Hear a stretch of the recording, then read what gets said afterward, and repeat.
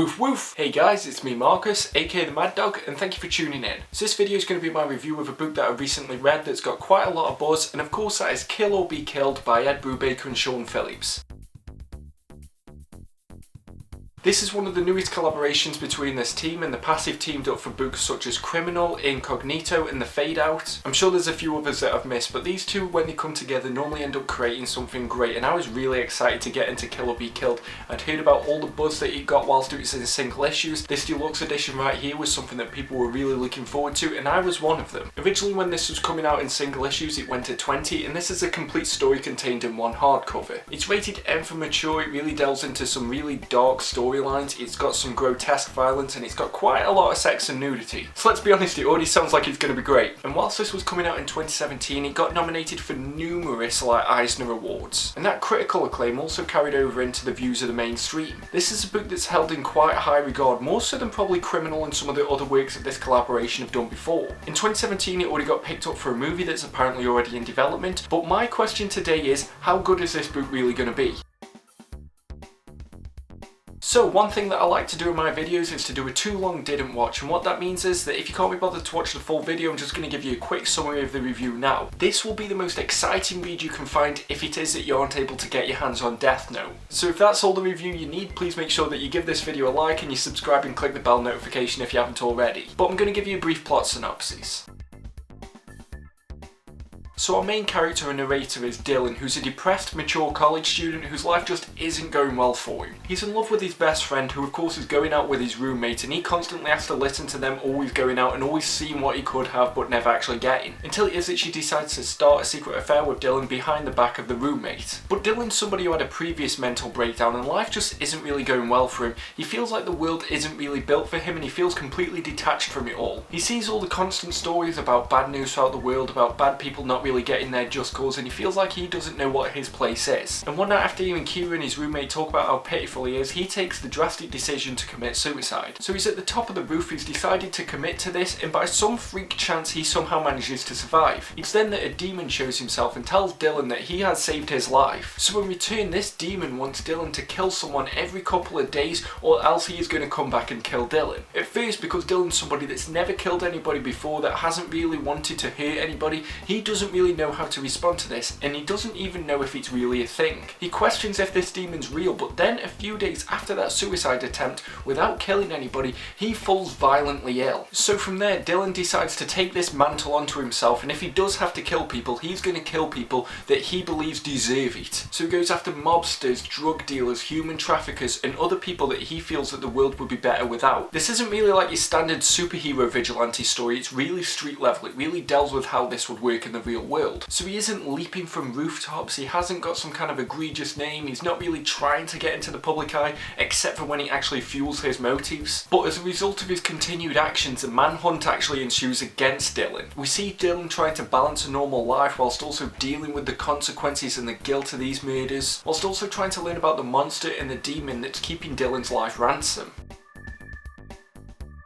So, looking at the art, it's Sean Phillips. Do I really need to say any more? Oh wait, I do? Oh okay, I'll continue then. Yeah, I might be a little bit biased, because if you saw my room tour, you know how much of a Sean Phillips fan that I am. I've talked about how great of a dude that he is, but regardless of that story, this art is absolutely phenomenal. It's something really unique, and the only thing that really reminds me sort of it is David Mazzucchelli's art in Batman Year One. But obviously Sean Phillips' art is a little bit sharper, and obviously that's got something to do with the colouring and the inking, so I'm not taking any credit away from those people. But even just looking at some of the sketch samples that you've got in the back, you can see the amount of craft that Sean Phillips actually has. I think he was the perfect artist for this. When I hear about this story before I'd even read it, I couldn't think of a better artist for it than Sean Phillips, because Criminal was a book that had phenomenal art, but realistically I think Sean Phillips has definitely refined his style in the 10 or so years since Criminal was first coming out. You can definitely see that evolution, which I think is great in an artist, because a lot of them tend to get set in their ways, they have one way of doing it and they stick to that. Although on the surface there's nothing glaringly different about it, I just think there's something that just makes every page pop a little bit more. New York feels like it's stuck in that sort of 70s noir, kind of grimy style. You get the sense that Sean Phillips, even though he's British, probably went to New York and just had this idea and these images so vividly painted in his mind of what New York actually is. And beyond just the setting, you can clearly tell that Sean Phillips puts work into designing his characters. In particular, I really like the level of detail that went into Kira. She very much reminded me of Evangeline Lilly. It might just be me, you might be able to see something differently, but the fact of the matter is that they do always look like real people, and no two characters look the same. And I think Sean Phillips is probably one of the most underrated artists that's in comics at the moment, because he doesn't tend to do big superhero stories, so it might be the case that, you know, if he did one of them, he might get publicised a little bit more, but still, the work that we've got here is some of his best, and arguably might be his best. It just makes me excited for what he might do later, given that we've seen that progress so far. But above all, the one thing that I really liked most about this art is the contrast between the real world and when we see the demon within it. It's so jarring, which I get is supposed to be the effect, but it just looked as if Sean Phillips might have designed a panel and just had every little bit of detail, and then somebody's just gone back and like splashed paint, and then that's the demon. And it really conveyed that sense that it wants this demon is something that's taking over the real world for him. It's someone that is completely just intruding on that space. I like that when the demon was there, it took up so much of the panel. You got the sense that it wasn't meant to be there, which exactly is the point. And it was such a good contrast between how realistic Sean Phillips' drawings are, and then you've got this almost cartoony, almost childlike look of the demon. It was completely 2D. It was almost an absence of colour, an absence of detail, so it did completely stick out, and you can see why this thing has completely consumed all of Dylan's life. I'm trying my best to describe it, but I can't just put my finger on what exactly it is every time it showed up. And I do think we have to give a massive amount of credit to Sean Phillips for that alone. So yeah, the only criticism that I can find of the art is that there was sometimes speech bubbles that covered the art. I wanted to see more of it. Like, genuinely, he's one of my favourite artists. With him being British, I was half tempted to ask if he'd ever come and do like a live stream with me, but obviously, you know, I'm quite a small channel at the moment, so I'm not sure if he would. But yeah, even if the story doesn't sound like it's for you, please check out some of the art. Please show Sean Phillips some love if you don't know who he is already. If you like this book, you will definitely like Criminal. His art's fabulous in that as well, even if I do think it's better in Kill or Be Killed, because a lot does have to be said about the colouring as well. Now, I think this is Elizabeth Brightwurst, if I remember correctly. Yeah, so the colours are by Elizabeth Brightwurst, and I think it just does something amazing to it. It makes the page feel a lot more full. Like, these pages are often just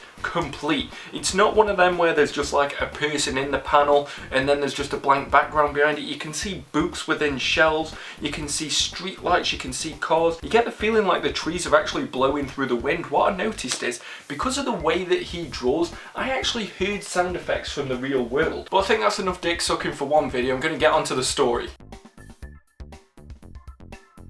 Now don't worry, the first part of this is going to be completely spoiler free, and I'm going to warn you when I do spoilers, but I want to be a channel that's known for giving you an honest review. I don't just want to go along with the hype in the hope that I appease more people and I can get more views, I can get more likes and I get more subscribers. I want to be completely honest with you about the things that I like about the book, the things that I don't. Whether it's something that the majority might disagree with me, I'd rather come to you and give you a completely honest review and know that I'm not wasting your time. And in all honesty, I think even though some of the hype for this book is deserved, I don't think it's the perfect book like a lot of people are making out. Now yes, overall I had an absolute blast reading this book. I think I finished it in about 2 sittings. It was something that I just wanted to continue read. It's very Moorish, it's very addictive. There wasn't any part where I felt like this book was a chore to read, and I think that is like the best praise that I can give for any book. And overall the story, I would give it a 7 out of 10 and possibly an 8 out of 10. Because I really enjoyed Dylan as a character. I thought he was really interesting, he felt really human, he felt really relatable at first. And with a story like this, especially when you're trying to ground it and it isn't some kind of superhero story, this isn't Kick-Ass or anything like that, you know, where they try to do a realistic superhero story.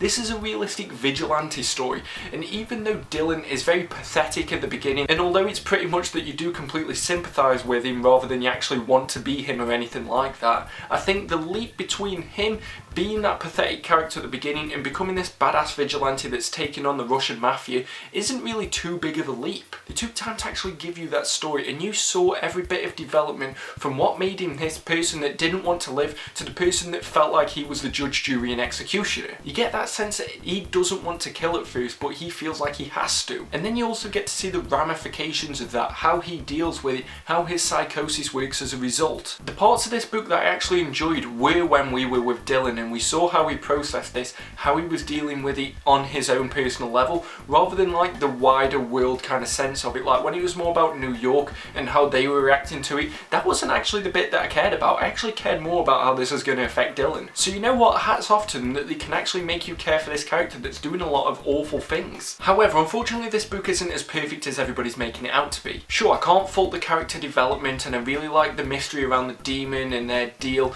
and I like seeing how Dylan worked as a character and how his story progressed. But I feel like I say this in most of my reviews, and although I like that they didn't actually rush a lot of the development with Dylan, I do feel like this story could have been about 5 issues shorter. Had that been the case, this probably would have been a book that I read in one sitting and it probably would have ended up being a 10 out of 10. Because I appreciate them trying to flesh out other characters, but there was one issue that was near enough solely about Kira's backstory that just completely slowed down the story. And particularly when you think about the issue before it, it completely just threw you off guard of what was actually happening. I recently rewatched Prison Break and it did the exact same thing, that you were in this moment, you were really hyped for what's going to happen, and then they just go, no, look at this other thing. As much as I found Kira to be an interesting character, I didn't really care about how she grew up. I don't know if a lot of people would agree with me there. Like, this could have just been like a brief conversation. Yeah, it would have felt like exposition, but it would have been better than spending one sole issue just learning about Kira. And often you see stories doing this a lot. It's a forced delay, and I remember this happening a lot in Bendis' Daredevil,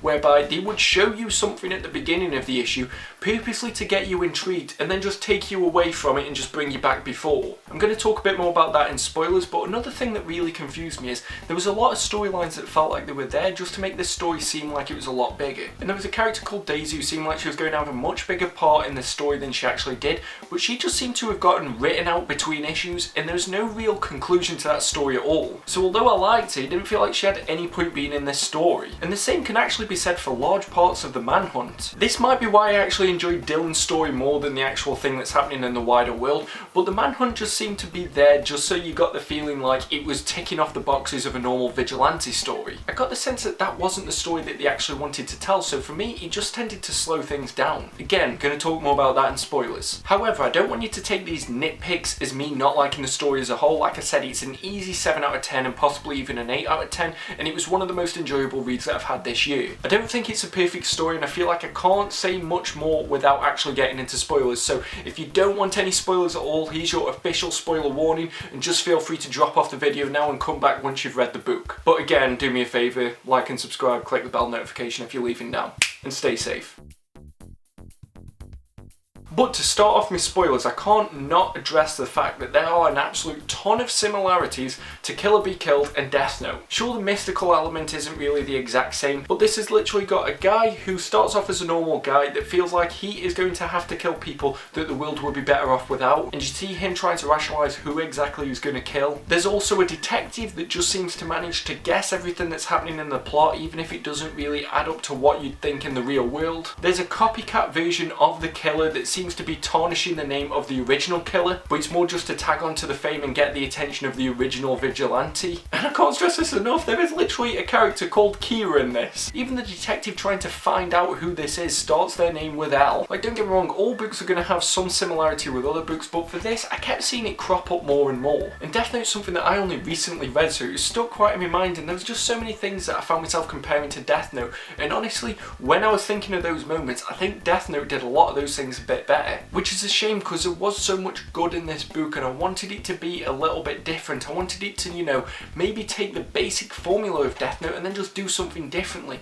But I found myself just always coming back to going, that happened better in Death Note, that happened better in Death Note. And some of the criticisms that I had in this book, like I said, such as the second vigilante and the detective's investigation, they were just handled so much better in Death Note that I found myself just wanting to read that again. These elements to me felt like they were just added for drama, and I think they didn't really do anything with the second second vigilante storyline. I feel like that was only there to kind of put in your head that it's possible that Dylan might be crazy and might have imagined the whole thing. But at that point, we've already seen Dylan commit most of these crimes. We've been following him for about 14 or so issues at this point, so it didn't really seem to make too much sense to me. I really wanted them to do something more with that, but as soon as that element was introduced, that vigilante was killed. The best bit that I took from this was how they handled the guilt that Dylan was feeling, which is something that I liked throughout the entire book. And if anything, that's something that Death Note never really addressed. I like the psychosis of Dylan, and it kind of made you wonder exactly when you found out what was happening with the monster. So we're in spoiler territory, so the monster is pretty much an image that Dylan saw that his dad made. So it's then revealed that all of these killings have basically been a result of Dylan just going a little bit crazy and off the edge. I like that. I especially like the guilt that he was feeling,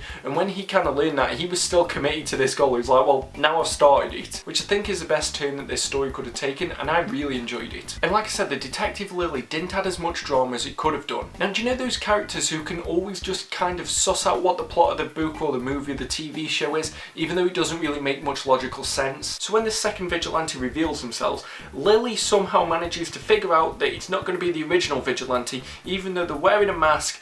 And for me, the person is killing people anyway. For me, knowing that a vigilante would have to be some kind of person on edge, it wouldn't be too much of a leap of faith or logic to just figure out that they might have actually been killing just randomly now. So are you telling me that the logical explanation is that there's a second killer rather than just your killer's kind of gone a bit off the hinges? Yeah, of course Lily was correct, but it just annoys me when there isn't really that logical gap and they just sort of jump to that conclusion, but they always just happen to jump to the right logic even if it doesn't really make sense. And they're just always happy to be right. It felt like none of her hunches were ever incorrect, even when the hunch didn't really make sense in a real world application. Like honestly, for me, she had such little involvement in the book overall, or actually foiling any kind of Dylan's plots until the very end, that if she had been taken out of the book and we hadn't followed her at all, the story wouldn't be much different. She didn't add anything. At first I thought there was going to be a bit more drama, but there really just wasn't. She was just there for the ending, really. Like, I really liked the short relationship between Dylan and Daisy,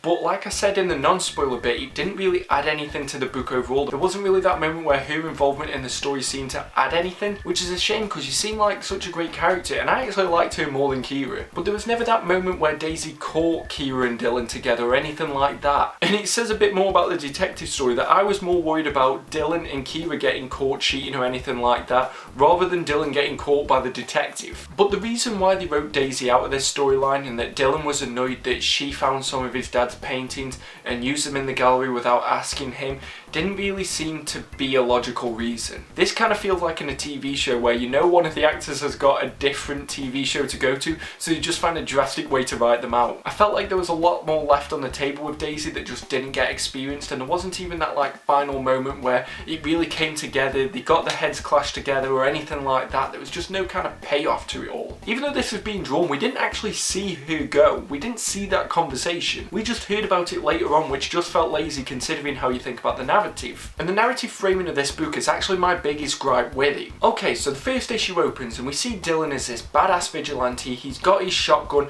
and he's just going through and he's mowing the Russian mafia down. And then he goes, wait, you're probably wondering how I get here, so we're going to go back over the story. And I'm like, okay, that makes sense. You try and just get me enticed. You try and say that, yeah, it might take a few issues to get there, but we're going to get there. This is a character that we're following. I'm fine with that. But then a few issues later, we see the same scene. It's Dylan once again being a badass, mowing for the Russian mafia. But wait, we're still not at that point of the story. Let's go a bit further back. And now Dylan's cornered in a toilet. He's against a few policemen. We're really not sure what's going to happen. They must have Dylan caught. But no, let's go back and figure out how we got into that toilet in the first place. And by the time we get to the bit with Dylan in the toilet, it's already the end of the issue and that's now a new cliffhanger. Oh, but we're in the Russian stronghold again. Now it's finally time. Cool, we're finally... Oh wait, no, it's another flash forward. This was a technique that annoyed me in Bendis' Daredevil, and it just annoys me in general. Effectively, you are giving the reader the answer. So you are saying this is where we're going to go, and you're wondering what the question is. The question is, how did we get there? And we're going to figure that out. But you've given us an answer that is already really interesting, so the question has to be equal interesting or more interesting than that. Unfortunately though, that was very rarely the case. Going back to the example where Dylan's just shot that businessman in the toilet, and then the police are there and they said like, oh, we're going to come in, and he's like, no, I've got a bomb. Like, that that is 100 times more interesting than just seeing him trying to get into that bathroom. So it felt like a cheap tactic. I feel like they could have just got rid of those pages at the beginning, and they could have done the same with how many times he referenced this Russian mafia stronghold takeover. And if it would have gone in a more organic form of storytelling, and if it would have just allowed us to build up to that moment, we would have been so much more shocked. But we've already seen that at the beginning. You've then deneutralised it, and then you've just brought it back around again at the end. So now I've got to wait an extra bit of time to find out what's actually happened. I'm a very firm believer in not wasting your audience's time. If all it's doing is making sure that they're going to keep reading rather than actually entertaining them, then I think it should be cut out. Now yeah, I do it at the beginning of my haul videos. I have that little bit that's cut out from the beginning, or something that's trying to entice you. But it's never to the point where it's to advertise a video that's coming later on down the line. It's to advertise that video there. However, this is a book. I've already got the full book. I'm already going to give you to at least the end of the issue. So you don't have to try and entice somebody at the beginning of that issue for a cliffhanger at the end of that issue. Although I can appreciate that some people do actually like that kind of narrative framework where you get a little bit in the future and then you come back to the past, so it gets you more excited. For me, at a certain point, I felt like it was trying to be too smart for its own good, to the point where it actually ruined the ending. I can't remember which issue it actually was, but there was a certain point where Dylan said something along the lines of, if he was dead, how would he be able to speak to us? And at that stage, I just knew Dylan wasn't going to survive this story. There's no way that they'd put that much foreshadowing in, especially that early on, for no reason. Given that I know they would try and do these quite smart meta-narratives where, you know, he says that, oh, you wouldn't remember this by the time it actually crops up in the story. I knew as soon as Dylan mentioned the fact that if he was dead, he wouldn't be able to tell us his story, that meant that somehow he was dead. And the one specifically about the Russians, where he said that he introduced this storyline at a point where he knew that we wouldn't remember it by the time it actually came into fruition in the story, I didn't really see the point in that. As a writer, your story shouldn't just be there so that you can make yourself prove how smart you are, it's so that you can take your reader on an interesting and an exciting journey. I felt from one standpoint it was good because it was showing obviously how pessimistic and how sort of negative Dylan is as a character, so I did like it from that standpoint, but it was just the fact that he was trying to be so smart that kind of brought the story just down a bit in my estimations. Because for me, foreshadowing should be subtle, it shouldn't be at the detriment of the story, and it definitely shouldn't give away its ending very soon in the story. However, despite knowing early on that Dylan wasn't going to survive the story, I do feel like the ending was really fitting. I really like the fact that the demon did turn out to be a figment of his imagination, because he dealt really well with Dylan's guilt early on in the story. So that guilt that he was feeling over killing people was solely his own doing, because he didn't need to kill these people in the first place. And for me, I thought they weren't going to give us a conclusive ending. I thought it was going to be left to the reader's imagination whether or not the demon was real or not. And considering that normally I hate when a story ends up being that, oh, the guy was just crazy to begin with, or oh, we just imagined this happening, because for me it's on the same level as someone waking up and the entire thing being a dream. I thought it worked really well because Dylan was trying to find a purpose to live. Because of this, he ended up realising that he did actually want to live, he did actually want to survive, there was something for him to be doing in the world. So for me the ending worked really well, but I'd be interested to talk to people and see how they found it, because I think this might actually be quite divisive. Because the selling point for this story is that demon aspect, it's the fact that he's a vigilante but he's got a demon that's going to kill him if he doesn't do it. So if you take that element away, I'd be interested to know how people actually found the story without that. And in a twisted and dark way, the ending's actually quite sweet. Because when you think about it, Dylan had absolutely nothing that he felt was worth living for. And even though he had to create something to do that, he found that thing and he followed through with it, and then didn't want to die in the end, but unfortunately reached that conclusion anyway. So as a character arc, I felt like it was developed really well, and I'm actually glad that the ending worked as well as it did. The one thing that I didn't really enjoy was the sort of juvenile fake flash forward, where you see Dylan going on with life as normal despite the fact that he was dead anyway, because I felt like that was just one last opportunity for them to try and prove that they were really smart and that this narrative was so meta. So that bit I didn't really appreciate. I would have rather that they just committed to that flash forward and have it be that he's still alive and that he's still a vigilante and that Lily isn't pursuing him anymore. Or from that last issue, acknowledge that he's dead but this is a life that he would have wanted. Because again, it's just another kind of haha we fooled you moment, and I'd kind of had a bit too many of them by the end of the story. I know a lot of you might not agree with me on some of these aspects of my review, and I can understand that. Like, this is a book that a lot of people enjoy. A lot of people do rate this as a 9 or a 10 out of 10. For me, I really enjoyed it and I'd gladly read it again. I think I might have a different experience on a second reading just because of what I know going into it. Because all in all, I did really enjoy Kill or Be Killed, and I'd like to discuss the ending with people in the comment section below, because I can see this being quite divisive. I can see possibly some people really liking this and some people really disliking it, and I don't think anyone's either right or wrong on that. I think you can have your own opinion on this, like you should be able to with any book, and it's more just about what you took away from the story. There's probably elements of this book that I probably haven't even considered yet. So I think this is a book that's best for the discussion, but I don't think it's as perfect as everyone says. But although this review might seem like I was negative for the majority of it, it's because they were nitpicks. The things that I complimented mostly were the character developments, the art, the story, which are probably the main components of this book. So yes, of course, this does get a great recommendation. I'm going to give it 4 barks. Woof, woof, woof, woof. I don't know, I haven't really developed a rating system yet for these videos. Maybe you can help me out with that. But if you've read Kill or Be Killed, comment below and let me know what you think of it. And if you like this video, please give it a thumbs up. And if you didn't like this video, why did you get this far? Please subscribe if you haven't already and click that bell notification. When we get to 500 subscribers, I'm going to do my first live stream with you. And share this video with any of your comic friends who might have already read Kill or Be Killed or need some kind of prompting to know exactly if it's a book for them. But make sure you follow my links and check out some of my other videos. But more than anything, stay safe, keep reading, and keep barking all you mad dogs, and I'll see you next time.